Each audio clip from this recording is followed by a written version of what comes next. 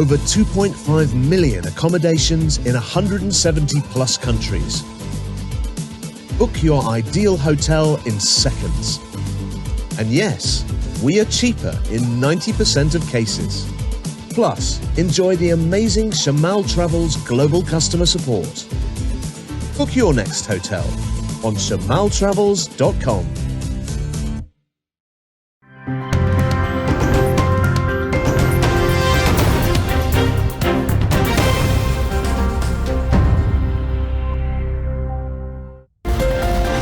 Bonsoir à tous, voici le sommaire de cette édition. Julien Gentil a succombé à ses blessures hier après 2 mois passés en soins intensifs. Ce jeune motocycliste de 19 ans avait fait un accident le 27 mars dernier au rond-point de Jinfei. Un autre jeune, Mohamed Akil Chamrou, 23 ans, est décédé ce matin des suites d'un accident survenu le 24 mai à Bel Air. Le World Foster Day célébré ce samedi, un forum débat organisé par le ministère de l'Égalité des genres et du Bien-être de la famille à la municipalité de Port-Louis. Objectif, encourager les familles à accueillir un enfant chez elles. À cette occasion, le couple Berg, qui a accueilli une petite fille en 2003, partage son témoignage émouvant. 13 General Field Workers du CEB remerciés. Ils ont reçu leur lettre hier, soit 2 semaines après la vague de licenciements au sein des collectivités locales. Ces travailleurs contractuels avaient été recrutés avant les dernières élections générales. Même scénario à la Tourism Authority où 8 travailleurs ont été remerciés. Le syndicaliste Deepak Benedin affirme avoir saisi les instances internationales. Business Mauritius souhaite prévenir les violences en milieu professionnel. Une brochure a été lancée hier dans le but de sensibiliser les entreprises aux différentes formes de violence au travail. Démarche soutenue par le ministre du Travail, Reza Outim. Bonsoir, il allait souffler ses 20 bougies demain, mais le destin en a décidé autrement. Julien Gentil, âgé de 19 ans, a succombé à ses blessures hier après avoir été victime d'un accident de la route survenu le 27 mars dernier au rond-point de Jinfei. L'autopsie a révélé que le jeune motocycliste est décédé des suites d'un traumatisme crânien. Les funérailles ont eu lieu cet après-midi à Baie du Tombeau. La cousine de la victime, Mariana Colette, émue par cette disparition, se confie. Depuis ça, je voulais garder 2 mois, 2 jours, c'est là quand on a nouvelle là, la vie me bouleversée. Mais quand nous apprenons, c'est vraiment un choc parce qu'il ne pas attendre. Mais nous ne prenons pas chance, nous faisons la prière, nous demandons bon Dieu sa guérison, nous prions, nous allons venir à l'hôpital pendant 2 mois, 2 jours, aller venir à l'hôpital, docteur de nous l'espoir, un jour de nous l'espoir, le demain, non. Mais nous persévérer. Nous disons bon Dieu de l'expérience, mais bon Dieu beaucoup de ce dernier mot. Ce qui me manquait, ça n'a même pas arrivé. Allez là, nous faisons la prière, nous retirons guérison, nous disons bon Dieu, mais si toi tu as besoin de ton côté, tu prends les, mais si tu n'as pas besoin, tu retournes ses parents.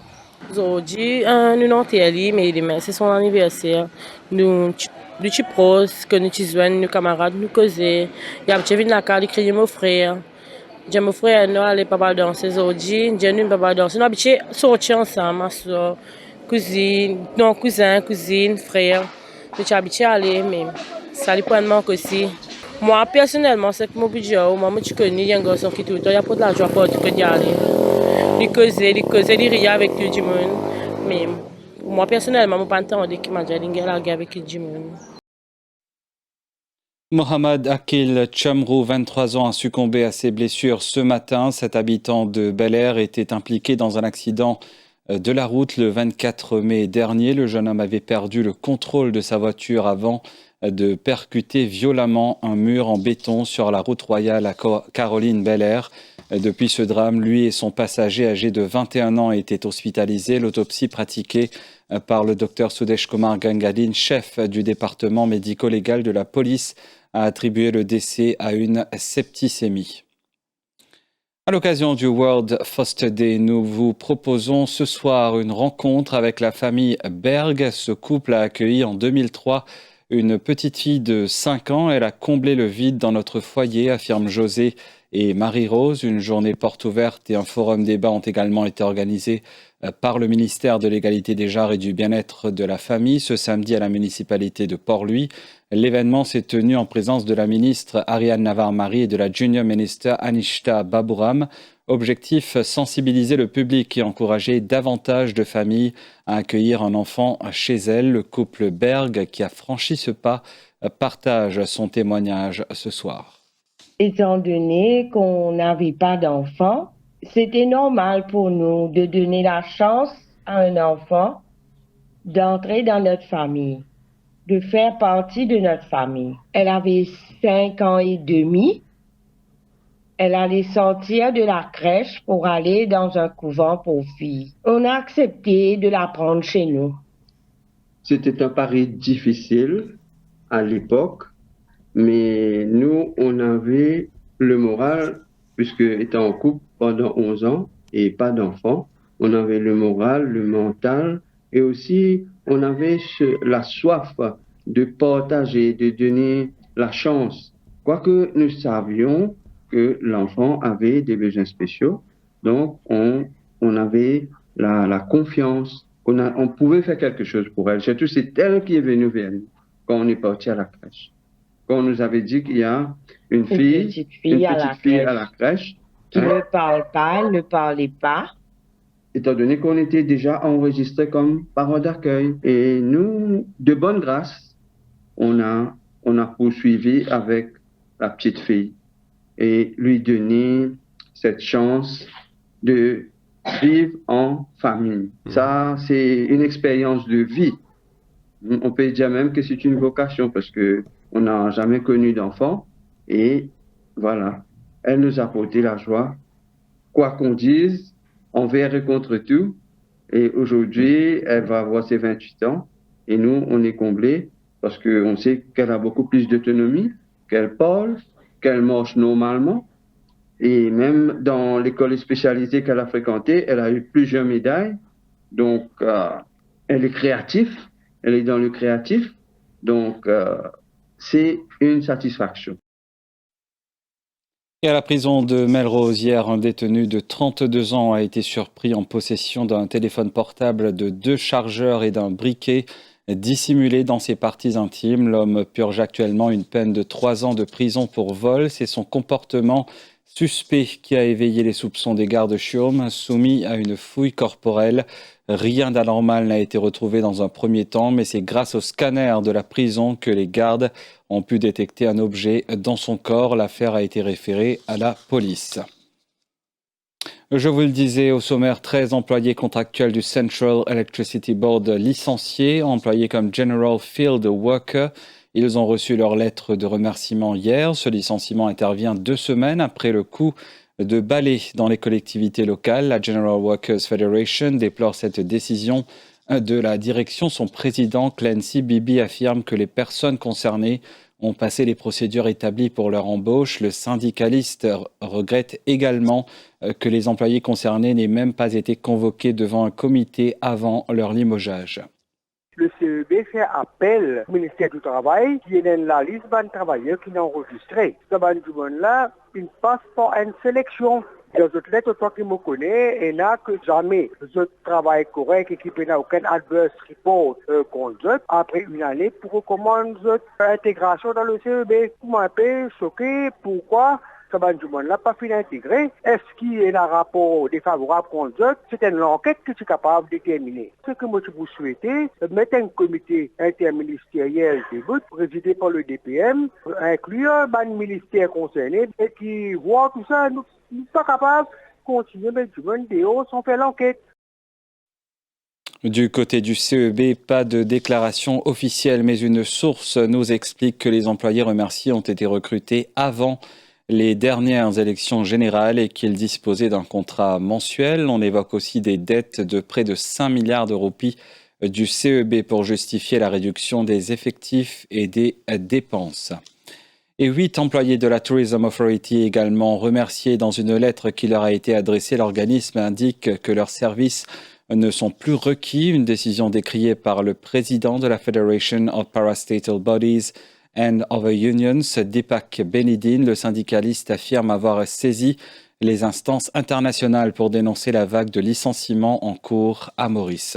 Au départ, il y a un conflit politique qui peut régler les deux bandes travailleurs. Contre là, tu viens de dire ça. Mais je prends où pour 15 jours. Quand 15 jours fini, ou puis aller, mais on travaille presque 6 mois, 7 mois, 8 mois. Tout à coup, on vient dire qu'il n'a pas fini de suivre la règle. Donc, est-ce qu'il travaillait là qui est en faute? C'est là qui travaillait qui peut mettre des aujourd'hui. Ça va maintenant dans l'élection 2023, il y a un appel. Quand il prend d'autres, c'est un autre issue. D'ailleurs, il y a une circulaire qui est sortie. C'est avant l'élection, il dit maintenant, aucune organisation n'a pas besoin de faire recrutement. Et moi, cause de tout finir de ça. Pas finir recrutement, laver, élection, recrutement, fin fait beaucoup avant. Bien sûr, nous avons un front qui nous fait. Nous avons averti le Bureau international du travail, l'esprit de tripartite, bien primé. Et sollicité pour des explications, la Tourism Authority dit ne pas souhaiter faire de déclaration à ce sujet. Prévenir les violences en milieu professionnel, une brochure a été lancée hier dans le but de sensibiliser les entreprises aux différentes formes de violence au travail. Une initiative de Business Mauritius en collaboration avec le Fonds des Nations Unies pour la population. L'objectif, informer, prévenir et encourager une culture respectueuse où toute forme de violence, qu'elle soit physique, verbale, émotionnelle ou psychologique, est combattue. Présent à l'événement, le ministre du Travail, Reza Outim, soutient cette démarche. Il a souligné que son ministère reçoit régulièrement des plaintes liées à des cas de violence, qu'elles soient physiques ou émotionnelles, en milieu professionnel. C'est une prise de conscience et une call for action de une entreprise parce qu'il y a beaucoup de travailleurs, que ce soit madame, mais aussi certains monsieur qui souffrent en silence dans la place du travail. Nous-mêmes, au sein de mon ministère, nous avons plusieurs cas de travailleurs qui font complainte de torture mentale, et la fois violence physique, mais très souvent c'est émotionnel et qui il est pour dire stop, il est pour dire non. Tout le monde qui a le travail, il vise à travailler dans les meilleures conditions. Des acteurs majeurs du secteur informatique se sont retrouvés hier à Flic en Flac pour une conférence dédiée à l'intelligence artificielle. L'objectif, explorer les nouvelles perspectives qu'offre l'IA aux entreprises technologiques et industrielles. Le ministre des Technologies, de l'information et de la communication, Avinash Ramtoal, était présent à cette rencontre placée sous le signe de l'innovation. Selon lui, l'intelligence artificielle jouera un rôle clé dans le développement socio-économique du pays.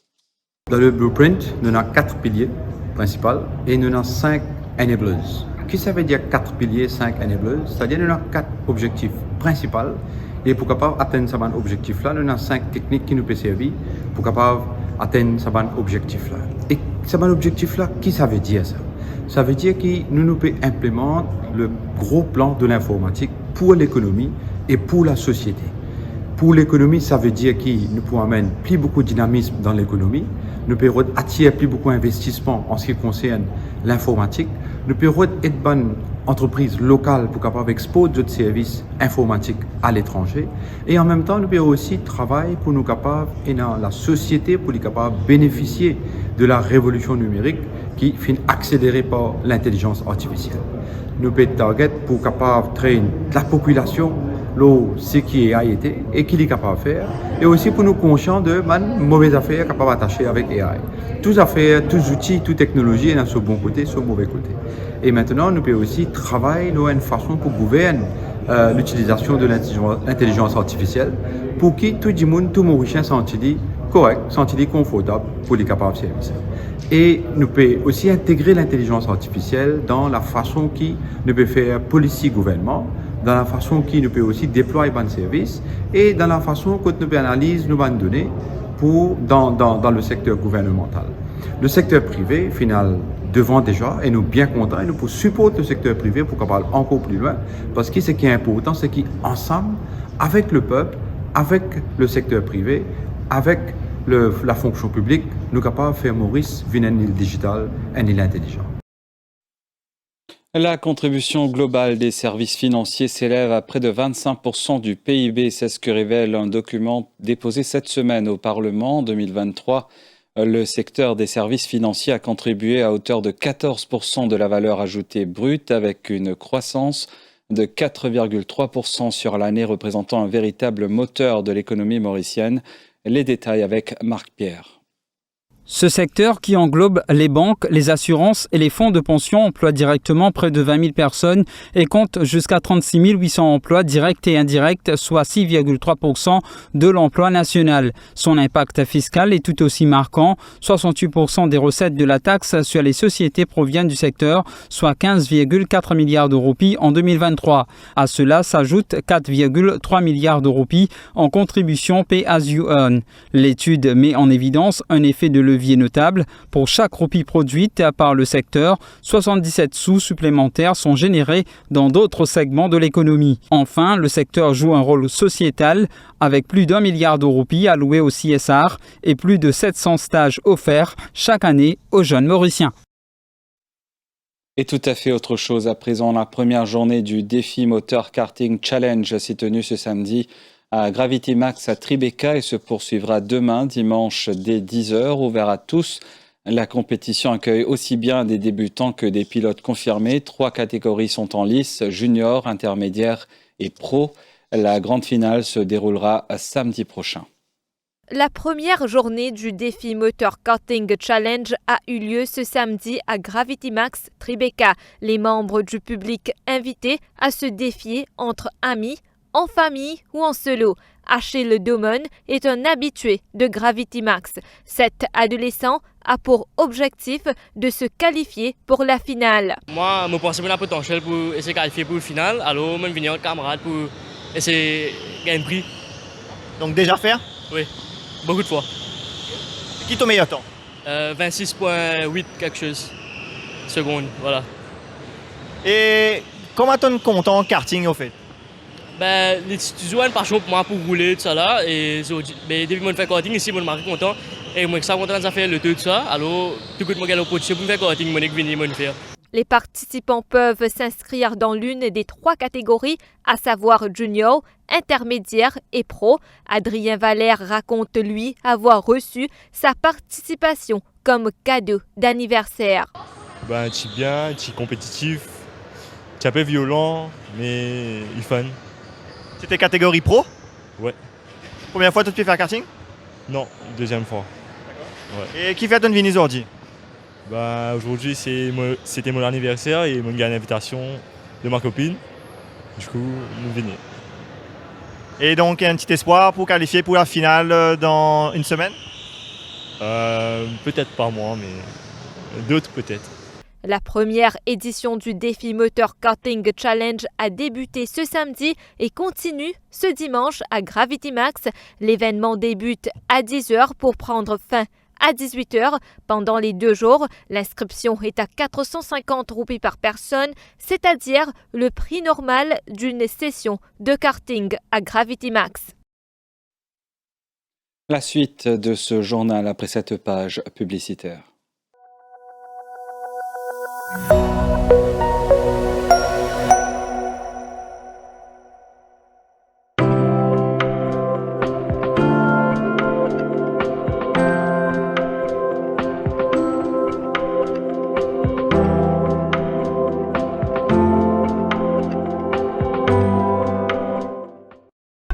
Events Plus présente le grand salon de l'alimentation et du bien-être les 6, 7 et 8 juin au SVICC à Paille. Profitez des promos exclusives sur les meilleurs produits alimentaires, soins et beauté. Test et dépistage gratuit, entrée gratuite.